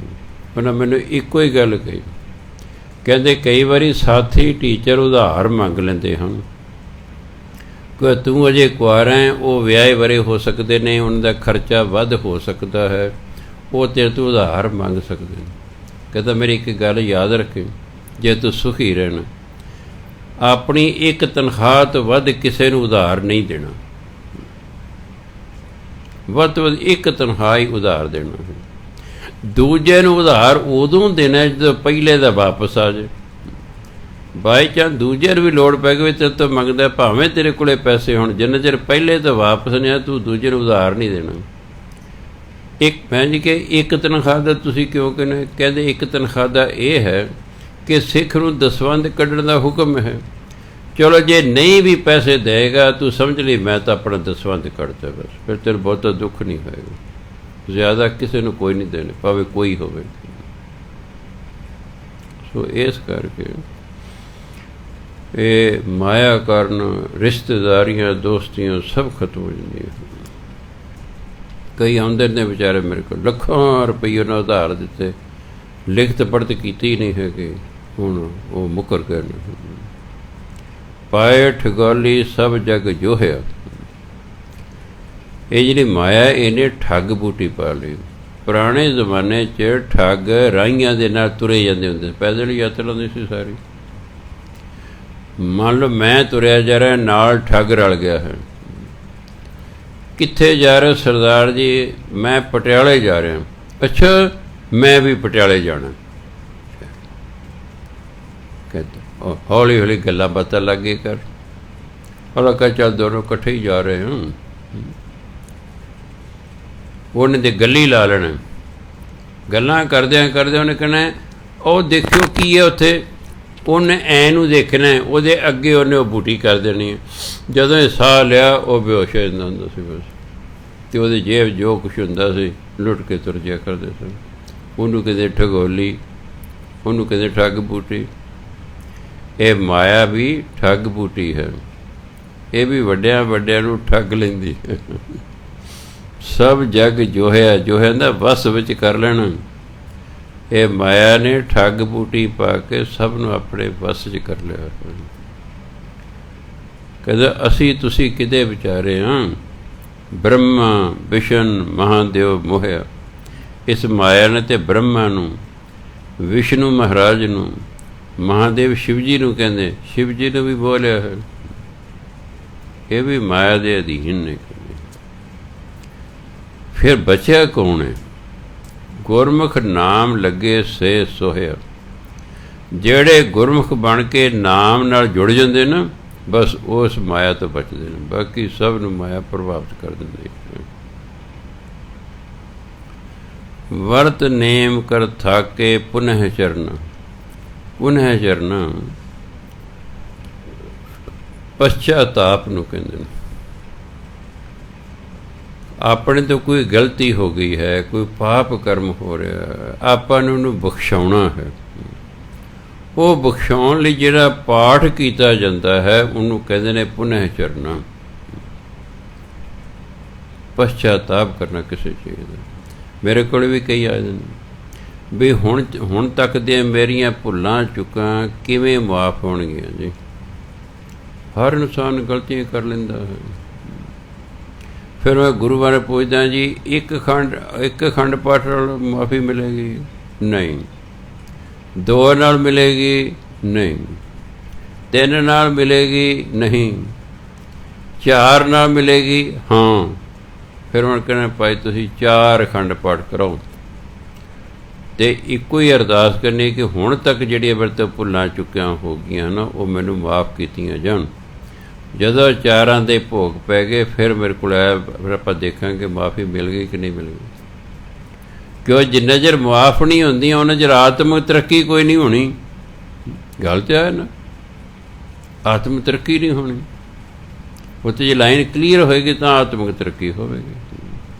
ਉਹਨੂੰ ਕਹਿੰਦੇ ਨੇ ਪੁਨਹ ਚਰਨਾ, ਪ੍ਰਾਸ਼ਚਿਤ ਕਰਮ, ਪਛਤਾਵੇ ਦੇ ਤੌਰ 'ਤੇ ਜਿਹੜੇ ਕਰਮ ਕੀਤੇ ਜਾਂਦੇ ਨੇ ਬਈ ਜੋ ਪਾਪ ਕਰਮ ਹੋ ਗਿਆ ਉਹਦੇ ਫਲ ਤੋਂ ਮੈਂ ਬਚ ਜਾਵਾਂ, ਉਹ ਹੁੰਦਾ ਪੁਨਹ ਚਰਨਾ। ਵਰਤ ਰੱਖ ਕੇ ਨੇਮ ਪੂਰੇ ਕਰ ਕਰਕੇ ਪੁਨਹ ਚਰਨਾ ਕਰ ਕਰਕੇ ਕਹਿੰਦੇ ਥੱਕ ਗਏ। ਤਟ ਤੀਰਥ ਭਵੇ ਸਭ ਧਰਨਾ, ਧਰਨਾ ਮੈਨੇ ਧਰਤੀ। ਕੋਈ ਤੀਰਥਾਂ 'ਤੇ ਜਾ ਰਿਹਾ ਹੈ ਕਿਉਂਕਿ ਤੀਰਥ ਜਿਹੜੇ ਨੇ ਉਹ ਦਰਿਆਵਾਂ ਦੇ ਕੰਢਿਆਂ 'ਤੇ ਨੇ, ਇਸ ਲਈ ਤਟ ਵਰਤਿਆ ਹੋਇਆ। ਦਰਿਆਵਾਂ ਦੇ ਕੰਢਿਆਂ ਜਿਹੜੇ ਤੀਰਥ ਨੇ ਉੱਥੇ ਜਾ ਕੇ ਸਾਰੀ ਧਰਤੀ 'ਤੇ ਫਿਰ ਕੇ ਥੱਕ ਗਏ। ਸੇ ਉਭਰੇ ਜੇ ਸਤਿਗੁਰ ਕੀ ਸ਼ਰਨ, ਇਸ ਮਾਇਆ ਦੇ ਪ੍ਰਭਾਵ ਤੋਂ ਉਹੀ ਬਚੇ। ਉਭਰੇ ਮੈਨੇ ਬਚ ਗਏ, ਮਾਇਆ ਦੇ ਪ੍ਰਭਾਵ ਤੋਂ ਉਹੀ ਬਚੇ ਜੇ ਮੈਨੇ ਜਿਹੜੇ ਸਤਿਗੁਰ ਕੀ ਸ਼ਰਨ, ਜਿਹੜੇ ਗੁਰੂ ਦੀ ਸ਼ਰਨ 'ਚ ਆ ਗਏ, ਉਹ ਕਹਿੰਦੇ ਮਾਇਆ ਦੇ ਪ੍ਰਭਾਵ ਤੋਂ ਬਚੇ। ਸ਼ਰਨ ਵੀ ਉਸੇ ਦੀ ਜਾਣਾ ਚਾਹੀਦਾ ਜਿਹੜਾ ਆਪ ਮਾਇਆ ਦੇ ਪ੍ਰਭਾਵ ਤੋਂ ਉੱਪਰ ਹੈ। ਗੁਰੂ ਜਿਹੜਾ ਹੈ ਉਹ ਬ੍ਰਹਮ ਗਿਆਨੀ ਹੁੰਦਾ ਹੈ। ਜੇ ਬ੍ਰਹਮ ਗਿਆਨੀ ਨਹੀਂ ਹੈ ਅਤੇ ਗੁਰੂ ਬਣ ਗਿਆ ਹੈ, ਉਸ ਤੋਂ ਕਿਸੇ ਵੇਲੇ ਵੀ ਗਲਤੀ ਹੋ ਸਕਦੀ ਹੈ। ਇਹ ਬੜਾ ਸਿਆਪਾ ਹੈ। ਬ੍ਰਹਮ ਗਿਆਨੀ ਗਲਤੀ ਨਹੀਂ ਕਰਦਾ। ਤੁਸੀਂ ਕਹੋਗੇ ਜੀ ਉਹ ਕਿਉਂ ਨਹੀਂ ਕਰਦਾ?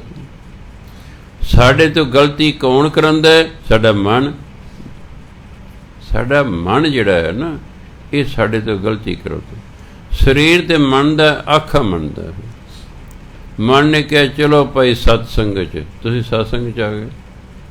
ਕਿਹਦੇ ਮਨ ਨੇ ਕਿਹਾ ਅੱਜ ਯਾਰ ਬਹੁਤ ਬਾਜ਼ਾਰ 'ਚ ਕੰਮ ਹੈ, ਉਹ ਕਰ ਲਈਏ, ਸਤਸੰਗ ਕੱਲ੍ਹ ਨੂੰ ਜਾਵਾਂਗੇ, ਉਹ ਨਹੀਂ ਆਏ। ਸਾਡੇ ਤੋਂ ਚੰਗਾ ਮੰਦਾ ਜੋ ਕਰਵਾ ਰਿਹਾ ਉਹ ਮਨ ਕਰਵਾ ਰਿਹਾ। ਬ੍ਰਹਮ ਗਿਆਨੀ ਦੇ ਅੰਦਰੋਂ ਮਨ ਅਮਨ ਹੋ ਜਾਂਦਾ ਹੈ, ਮਨ ਖਤਮ ਹੋ ਜਾਂਦਾ ਹੈ। ਉਹਦੀ ਥਾਂ 'ਤੇ ਫਿਰ ਕੀ ਰਹਿ ਜਾਂਦਾ ਹੈ? ਸਿਰਫ ਤੇ ਸਿਰਫ ਪਰਮਾਤਮਾ ਦਾ ਹੁਕਮ ਰਹਿ ਜਾਂਦਾ ਹੈ। ਜੋ ਪਰਮਾਤਮਾ ਬ੍ਰਹਮ ਗਿਆਨੀ ਨੂੰ ਕਹਿੰਦਾ ਸਿਰਫ ਉਹੀ ਕਰਦਾ ਹੈ ਉਹ। ਇਸ ਲਈ ਉਹਦੇ ਕਰਮ ਲਿਖਤ 'ਚ ਨਹੀਂ ਆਉਂਦੇ। ਬ੍ਰਹਮ ਗਿਆਨ ਹੋ ਜਾਣ ਤੋਂ ਬਾਅਦ ਮਨੁੱਖ ਕੋਈ ਵੀ ਆਪਣੀ ਮਰਜ਼ੀ ਨਾਲ ਕੰਮ ਨਹੀਂ ਕਰਦਾ, ਕਿਉਂਕਿ ਤਾਂ ਮਰਜ਼ੀ ਤਾਂ ਖਤਮ ਹੀ ਹੋ ਗਈ।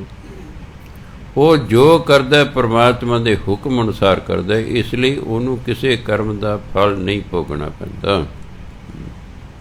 ਇਸ ਲਈ ਕਹਿੰਦੇ ਹੁਣ ਜਿਹੜੇ ਸਤਿਗੁਰੂ ਅਸਲ 'ਚ ਨਹੀਂ ਸਨ, ਸਤਿਗੁਰੂ ਗਏ ਬਣ, ਰਿੱਧੀਆਂ ਸਿੱਧੀਆਂ ਪ੍ਰਾਪਤ ਹੋ ਗਈਆਂ, ਬ੍ਰਹਮ ਗਿਆਨ ਪ੍ਰਾਪਤ ਨਹੀਂ ਹੋਇਆ, ਉਹਨਾਂ ਨੂੰ ਜੇਲਾਂ ਹੋ ਗਈਆਂ। ਐਕਚੁਅਲੀ ਉਹ ਬ੍ਰਹਮ ਗਿਆਨੀ ਨਹੀਂ ਸਨ। ਬ੍ਰਹਮ ਗਿਆਨੀ ਤਾਂ ਗਲਤੀ ਕਰਦਾ ਹੀ ਨਹੀਂ। ਹੁਣ ਤਾਂ ਉਹ ਕਰਨਾ ਜੇ ਰੱਬ ਕਹਿੰਦਾ, ਉਹਨਾਂ ਤਾਂ ਮਨ ਨੇ ਗਲਤੀ ਕਰਵਾ ਲਈ। ਇਸ ਕਰਕੇ ਮਨ ਖੁਟਹਰ ਤੇਰਾ ਨਹੀਂ ਵਿਸ਼ਵਾਸ ਹੈ, ਮਨਾ ਤੂੰ ਤੇ ਖੋਟ ਹੈ, ਮੈਨੂੰ ਤੇਰੇ 'ਤੇ ਵਿਸ਼ਵਾਸ ਹੀ ਨਹੀਂ ਹੋਇਆ। ਮਨ ਕਦੇ ਵੀ ਸਾਡੇ ਤੋਂ ਗਲਤ ਕੰਮ ਕਰਵਾ ਸਕਦਾ ਹੈ। ਜਦੋਂ ਨਾਮ ਜਪ ਕੇ ਮਨ ਨਿਰਮਲ ਹੋ ਜਾਏਗਾ, ਮਨ ਨਿਰਮਲ ਭਇਆ ਜੈਸੇ ਗੰਗਾ ਨੀਰ, ਪਾਛੈ ਲਾਗੋ ਹਰ ਫਿਰੈ ਕਹਿਤ ਕਬੀਰ ਕਬੀਰ। ਨਾਮ ਜਪ ਕੇ ਜਦੋਂ ਮਨ ਨਿਰਮਲ ਹੋ ਜਾਂਦਾ ਹੈ ਫਿਰ ਕੋਈ ਗਲਤੀ ਨਹੀਂ ਹੁੰਦੀ। ਕਿਉਂ? ਫਿਰ ਤਾਂ ਰੱਬ ਹੀ ਮਿਲ ਜਾਣਾ ਹੈ। ਇਹ ਮਨ ਅਜੇ ਸਾਡਾ ਨਿਰਮਲ ਨਹੀਂ ਹੋਇਆ, ਇਸ ਕਰਕੇ ਸਾਡੇ ਤੋਂ ਗਲਤੀਆਂ ਹੁੰਦੀਆਂ ਰਹਿੰਦੀਆਂ। ਇੱਕ ਮਨ ਹੁੰਦਾ, ਇੱਕ ਦਿਮਾਗ ਹੁੰਦਾ ਹੈ। ਦਿਮਾਗ ਤੋਂ ਬਹੁਤ ਘੱਟ ਲੋਕ ਕੰਮ ਲੈਂਦੇ ਨੇ। ਮਸਾਂ 20% ਲੋਕ ਹੋਣੇ ਜਿਹੜੇ ਦਿਮਾਗ ਤੋਂ ਕੰਮ ਲੈਂਦੇ ਨੇ, ਬਾਕੀ ਸਭ ਮਨ ਤੋਂ ਲੈਂਦੇ ਨੇ। ਵੱਡੇ ਵੱਡੇ ਪੜ੍ਹੇ ਲਿਖੇ ਲੋਕ ਵੱਡੇ ਵੱਡੇ ਆਫੀਸਰ ਮਨ ਦੇ ਮਗਰ ਲੱਗ ਕੇ ਸ਼ਰਾਬਾਂ ਪੀ ਰਹੇ ਨੇ। ਜੇ ਦਿਮਾਗ ਤੋਂ ਕੰਮ ਲੈਂਦੇ ਉਹਨੇ ਕਿਹਾ ਸੀ ਨਹੀਂ ਪੀਣੀ ਚਾਹੀਦੀ, ਉਹ ਅਜੇ ਵੀ ਮਨ ਦੇ ਮਗਰ ਨੇ। ਤੇ ਜਿਹੜਾ ਮਨ ਦੇ ਮਗਰ ਲੱਗਾ ਉਹ ਕਦੇ ਵੀ ਗਲਤੀ ਕਰ ਸਕਦਾ ਹੈ। ਇਸ ਲਈ ਮਨ ਨੂੰ ਖੋਟਾ ਕਿਹਾ। ਹਾਂ, ਜਦੋਂ ਮਨ ਸ਼ੁੱਧ ਅਤੇ ਪਵਿੱਤਰ ਉਹਦਾ ਪਰਮਾਤਮਾ ਹੀ ਮਿਲ ਜਾਣਾ ਹੈ, ਤੇ ਫਿਰ ਪਰਮਾਤਮਾ ਦਾ ਹੁਕਮ ਚੱਲੇਗਾ। ਫਿਰ ਮਨ ਦਾ ਨਹੀਂ, ਮਨ ਤੇ ਅਮਨ ਹੋ ਗਿਆ ਹੈ, ਤੇ ਪਰਮਾਤਮਾ ਨੇ ਸਾਡੇ ਤੋਂ ਗਲਤ ਕੋਈ ਕੰਮ ਹੀ ਨਹੀਂ ਕਰਵਾਉਣਾ ਹੈ। ਇਸ ਲਈ ਬ੍ਰਹਮ ਗਿਆਨੀ ਕੋਈ ਗਲਤ ਕੰਮ ਨਹੀਂ ਕਰਦਾ। ਮਾਇਆ ਮੋਹ ਸਭੋ ਜਗ ਬੰਧ, ਇਹਨੂੰ ਮੋਹ ਪੜ੍ਹਨਾ। ਮੋਹੇ ਦੇ ਦੋ ਅਰਥ ਹੁੰਦੇ ਨੇ। ਮੋਹੇ ਹੁੰਦਾ ਮੈਨੂੰ ਜਾਂ ਮੈਂ। ਜਦੋਂ ਮੋਹ ਪਿਆਰ ਦਾ ਮਤਲਬ ਹੈ ਉਦੋਂ ਇਹਨੂੰ ਪੜ੍ਹਨਾ ਮੋਹ।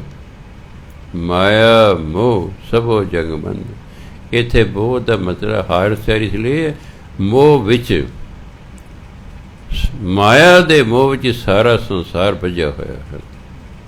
ਮਾਇਆ ਦੇ ਮੋਹ ਨੇ ਸਾਰੇ ਸੰਸਾਰ ਨੂੰ ਬੰਨ੍ਹਿਆ ਹੋਇਆ ਹੈ।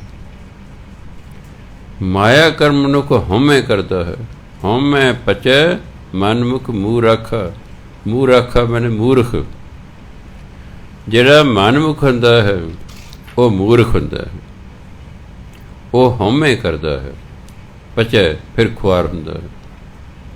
ਫਿਰ ਉਹ ਖੁਆਰ ਹੁੰਦਾ ਹੈ, ਕਿਉਂਕਿ ਜਦੋਂ ਜ਼ਿਆਦਾ ਮਾਇਆ ਹੋ ਜਾਏ ਕਈ ਵਾਰ ਮਨੁੱਖ 'ਚ ਹਉਮੈ ਆ ਜਾਂਦੀ ਹੈ।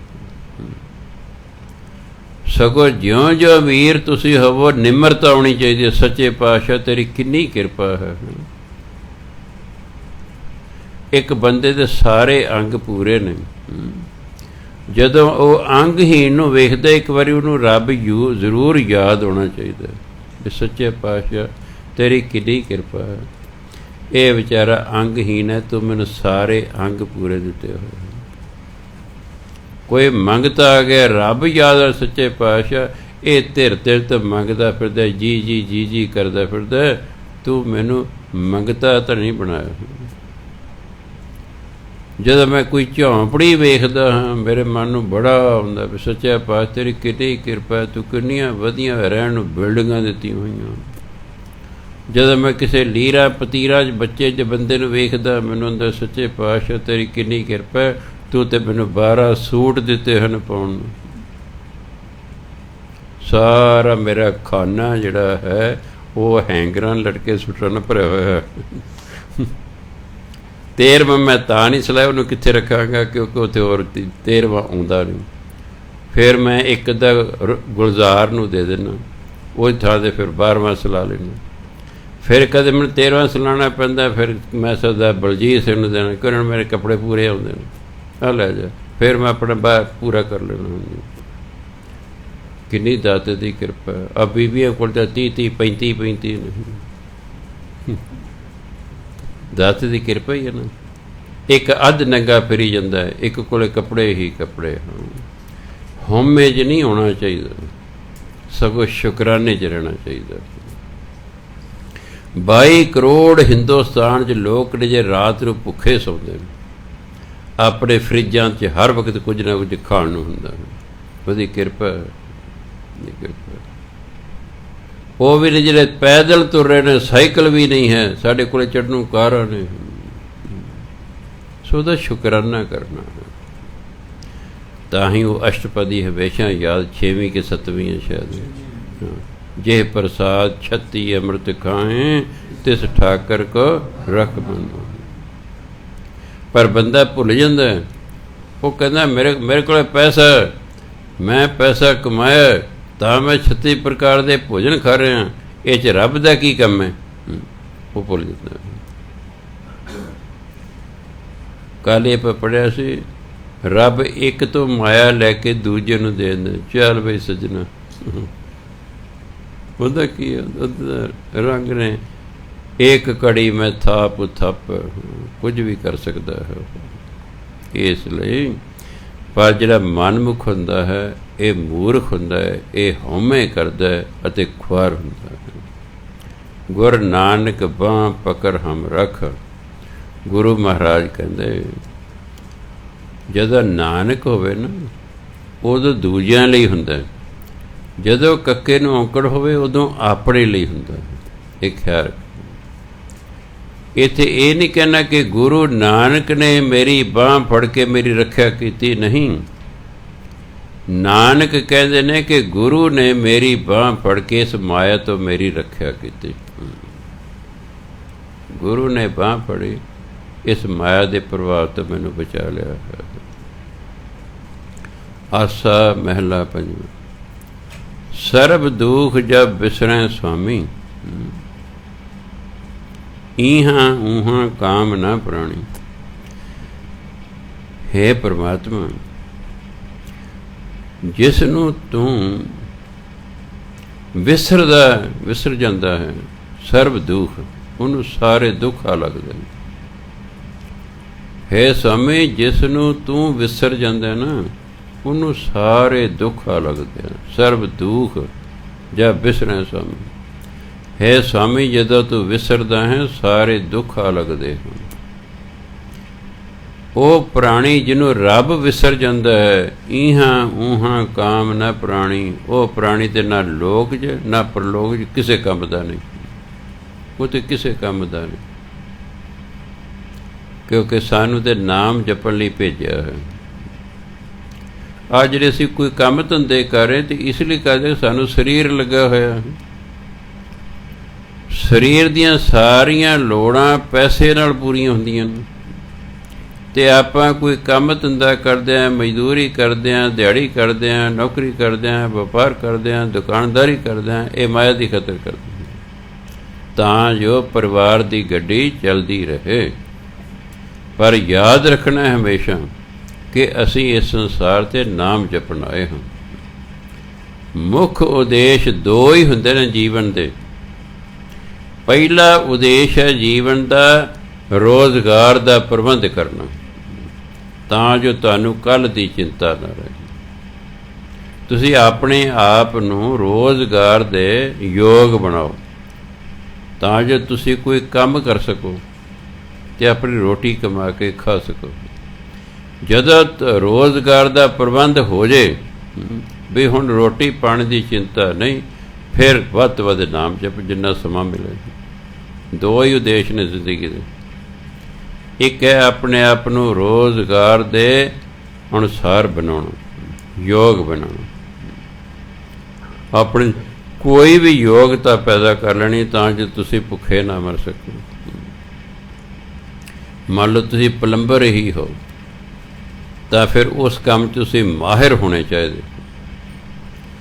ਕਿਸੇ ਚੀਜ਼ ਦੇ ਮਕੈਨਿਕ ਹੋ, ਉਸ ਦੇ ਵਿੱਚ ਮਾਹਿਰ ਹੋਣੇ ਚਾਹੀਦੇ, ਠੂੰ ਠੱਪ ਕਰਨ ਵਾਲੇ ਨਹੀਂ ਹੋਣੇ ਚਾਹੀਦੇ। ਜਿਹੜੇ ਮਾਹਿਰ ਲੋਕ ਨੇ ਉਹਨਾਂ ਨੂੰ ਤਾਂ ਲੋਕ ਉਹਨਾਂ ਦੇ ਮਗਰ ਫਿਰਦੇ ਨੇ, 2-2 3-3 ਦਿਨ ਵਾਰੀ ਨਹੀਂ ਆਉਂਦੀ ਇਹ। ਇਸ ਲਈ ਆਪਣੇ ਆਪ ਨੂੰ ਮਾਹਿਰ ਬਣਾਉਣਾ ਤਾਂ ਜੋ ਅਸੀਂ ਕਮਾ ਕੇ ਖਾ ਸਕੀਏ, ਅਤੇ ਜਦੋਂ ਇਸ ਯੋਗ ਹੋ ਜਾਈਏ ਫਿਰ ਬਾਕੀ ਸਮਾਂ ਭਜਨ ਬੰਦਗੀ 'ਤੇ ਲਾਉਣਾ ਚਾਹੀਦਾ ਹੈ। ਅਤੇ ਜਿਹਨੂੰ ਰੱਬ ਹੀ ਭੁੱਲ ਜਾਂਦਾ, ਕਹਿੰਦੇ ਉਹ ਪ੍ਰਾਣੀ ਤਾਂ ਕਿਸੇ ਕੰਮ ਦਾ ਨਹੀਂ, ਨਾ ਲੋਕ 'ਚ ਨਾ ਪ੍ਰਲੋਕ। ਸੰਤ ਤ੍ਰਿਪਤਾਸੇ ਹਰ ਹਰ ਧਿਆਏ, ਇਹਨੂੰ ਧਿਆਏ ਪੜ੍ਹਨਾ। ਇਹ ਧੱਦੇ ਦੇ ਪੈਰ 'ਚ ਅੱਧਾ ਯਈਆ ਲੱਗਾ ਹੋਇਆ। ਜਿਸ ਅੱਖਰ ਦੇ ਹੇਠਾਂ ਅੱਧਾ ਯਈਆ ਲੱਗਾ ਹੋਵੇ, ਬੋਲਣ ਵੇਲੇ ਉਸੇ ਅੱਖਰ ਨੂੰ ਸਿਹਾਰੀ ਲਾਉਣੀ ਹੈ। ਹੁਣ ਲੱਗੀ ਧੱਦੇ ਨੂੰ ਸਿਹਾਰੀ, ਅੱਗੇ ਆੜਾ ਲਾਉਣਾ। ਆ ਜਿਹੜੇ ਕੰਨੇ ਇਹ ਆੜੇ ਨੂੰ ਲੱਗੇਗਾ। ਧੱਦੇ ਨੂੰ ਸਿਹਾਰੀ, ਆੜੇ ਨੂੰ ਕੰਨਾ, ਈੜੀ ਨੂੰ ਸਿਹਾਰੀ, ਧਿਆਏ। ਇਹਨੂੰ ਧਿਆਏ ਪੜ੍ਹਨਾ।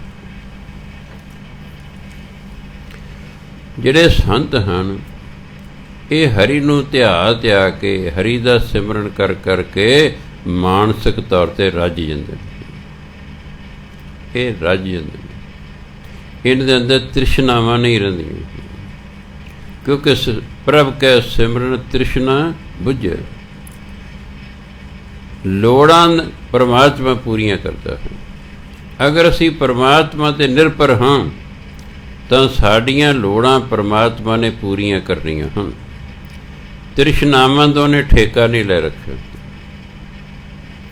ਉਹ ਕਹਿੰਦਾ ਤੁਹਾਨੂੰ ਮੈਂ ਪੈਦਾ ਕੀਤਾ ਹੈ, ਤੁਸੀਂ ਮੇਰੇ ਬੱਚੇ ਹੋ, ਤੁਹਾਡੀਆਂ ਮੈਂ ਲੋੜਾਂ ਪੂਰੀਆਂ ਕਰਾਂਗਾ। ਪਰ ਅਸੀਂ ਨਾਸਤਕ ਹੋ ਜਾਂਦੇ ਹਾਂ, ਅਸੀਂ ਰੱਬ ਨੂੰ ਆਪਣਾ ਬਾਪ ਹੀ ਨਹੀਂ ਸਮਝਦੇ। ਉਹ ਕਿ ਚੰਗਾ ਫਿਰ ਦਫਾ ਹੋ। ਮੰਨ ਲਓ ਤੁਹਾਡਾ ਬੱਚਾ ਤੁਹਾਨੂੰ ਕਹਿੰਦਾ ਤੂੰ ਮੇਰਾ ਕੋਈ ਬਾਪੂ ਨਹੀਂ ਹੈ, ਮੈਂ ਨਹੀਂ ਤੈਨੂੰ ਬਾਪੂ ਮੰਨਦਾ, ਫਿਰ ਤੁਸੀਂ ਕਹੋਗੇ ਚੰਗਾ ਦਫਾ ਹੋ, ਫਿਰ ਨਿਕਲ ਮੇਰੇ ਘਰੋਂ, ਆਪਣਾ ਕਮਾ ਤੇ ਖਾ, ਇਹੀ ਕਹੋਗੇ ਨਾ। ਐਂ ਹੀ ਅਸੀਂ ਵੀ ਇਸ ਤਰ੍ਹਾਂ ਹੋ ਗਏ, ਬਾਪੂ ਨੇ ਸਾਨੂੰ ਘਰੋਂ ਕੱਢਤਾ, ਕਿ ਜੋ ਦਫਾ ਹੋ। ਫਿਰ ਗੁਰੂ ਨੇ ਸਾਨੂੰ ਸੋਝੀ ਦਿੱਤੀ, ਤੈਨੂੰ ਘਰੋਂ ਕੱਢਿਆ ਹੋਇਆ ਇਸ ਲਈ ਤੂੰ ਦੁਖੀ ਹੈ। ਗੁਰੂ ਤੋਂ ਲੈ ਗੁਰਮੰਤਰ, ਉਹਦਾ ਕਰ ਜਾਪ, ਫਿਰ ਜਿਉਂ-ਜਿਉਂ ਜਾਪ ਕਰੀ ਜਾਏਗਾ ਤੂੰ ਪਰਮਾਤਮਾ ਦੇ ਨੇੜੇ ਨੇੜੇ ਨੇੜੇ ਨੇੜੇ ਜਾਈ ਜਾਵੇਂਗਾ, ਅਤੇ ਇੱਕ ਦਿਨ ਪਰਮਾਤਮਾ ਤੈਨੂੰ ਆਪਣੇ ਘਰ 'ਚ ਵਾੜ ਲਏਗਾ। ਚੱਲ ਬਈ ਆ ਜਾ ਫਿਰ ਤੂੰ। ਸੋ ਇੱਕ ਮਨੁੱਖਾ ਜੀਵਨ ਤੋਂ ਬਿਨਾਂ ਬਾਕੀ 83,99,999 ਜੂਨੀਆਂ ਸਿਰਫ ਪਰਮਾਤਮਾ ਦੇ ਨਿਰਭਰ ਨੇ, ਉਹੀ ਉਹਨਾਂ ਨੂੰ ਪਾਲਦਾ। ਜੰਗਲਾਂ ਵਿੱਚ, ਪਾਣੀ ਦੇ ਵਿੱਚ ਲੱਖਾਂ ਹੀ ਕਰੋੜਾਂ ਹੀ ਜੀਵ ਰਹਿੰਦੇ ਨੇ, ਉਹਨਾਂ ਸਾਰਿਆਂ ਨੂੰ ਪਰਮਾਤਮਾ ਹੀ ਪਾਲਦਾ। ਉਹਨੂੰ ਪਾਲਦੇ ਹਾਂ ਜਿਨ੍ਹਾਂ ਨੂੰ ਅਸੀਂ ਗੁਲਾਮ ਬਣਾ ਕੇ ਕਿਲੇ ਨਾ ਬੰਨ੍ਹ ਲਿਆ, ਉਹਨਾਂ ਨੂੰ ਪਾਲਣਾ ਸਾਡਾ ਫਰਜ਼ ਹੈ। ਜਿਹੜਾ ਕੁੱਤਾ ਤੁਸੀਂ ਪਾਲਿਆ ਉਹਨੂੰ ਰੋਟੀ ਪਾਣੀ ਦੇਣਾ, ਇਲਾਜ ਕਰਾਉਣਾ ਤੁਹਾਡਾ ਕੰਮ ਹੈ, ਕਿਉਂਕਿ ਤੁਸੀਂ ਉਹਨੂੰ ਗੁਲਾਮ ਬਣਾਇਆ ਹੋਇਆ ਹੈ। ਇੱਕ ਗਲੀ ਦਾ ਕੁੱਤਾ ਹੈ, ਉਹਨੂੰ ਪਰਮਾਤਮਾ ਪਾਲੇਗਾ, ਕਿਉਂਕਿ ਉਹ ਪਰਮਾਤਮਾ ਨਿਰਭਰ ਹੈ। ਜਦੋਂ ਫਿਰ ਮਨੁੱਖ ਪਰਮਾਤਮਾ ਦੇ ਨਿਰਭਰ ਹੋ ਜਾਂਦਾ ਹੈ, ਫਿਰ ਪਰਮਾਤਮਾ ਉਸ ਨੂੰ ਪਾਲਦਾ, ਭਾਵੇਂ ਕਿਸੇ ਤਰੀਕੇ ਨਾਲ ਪਾਲੇ, ਅਤੇ ਫਿਰ ਉਹ ਪਰਮਾਤਮਾ ਦਾ ਨਾਮ ਜਪਦਾ ਰਹਿੰਦਾ, ਜਪਦਾ ਰਹਿੰਦਾ, ਉਹ ਫਿਰ ਤ੍ਰਿਪਤ ਹੋ ਜਾਂਦਾ ਹੈ। ਸੰਤ ਤ੍ਰਿਪਤਾ ਸੇ ਹਰ ਹਰ ਧਿਆਏ, ਕਰ ਕਿਰਪਾ ਆਪਣੇ ਨਾਏ ਲਾਏ, ਸਰਬ ਸੁਖ ਪ੍ਰਭ ਤੁਮਰੀ ਰਜ਼ਾਏ। ਪਰਮਾਤਮਾ ਨੇ ਕਿਰਪਾ ਕਰਕੇ ਉਹਨਾਂ ਨੂੰ ਆਪਣੇ ਨਾਮ ਨਾਲ ਲਾ ਲਿਆ, ਨਾਮ ਨਾਲ ਜੋੜ ਲਿਆ, ਉਹ ਫਿਰ ਪਰਮਾਤਮਾ ਦੀ ਰਜ਼ਾ 'ਚ ਰਹਿੰਦੇ ਨੇ, ਰਜ਼ਾਏ, ਉਹ ਰਹਿੰਦੇ ਰਜ਼ਾ 'ਚ। ਇਸ ਲਈ ਸਰਬ ਸੁਖ, ਇਸ ਲਈ ਉਹਨੂੰ ਸਾਰੇ ਸੁੱਖ ਪ੍ਰਾਪਤ ਹੋ ਜਾਂਦੇ ਹਨ। ਸਤਿਕਾਰਯੋਗ ਸਾਧ ਸੰਗਤ, ਸਮਾਂ ਹੋ ਗਿਆ। ਵਾਹਿਗੁਰੂ ਜੀ ਕਾ ਖਾਲਸਾ, ਵਾਹਿਗੁਰੂ ਜੀ ਕੀ ਫਤਿਹ।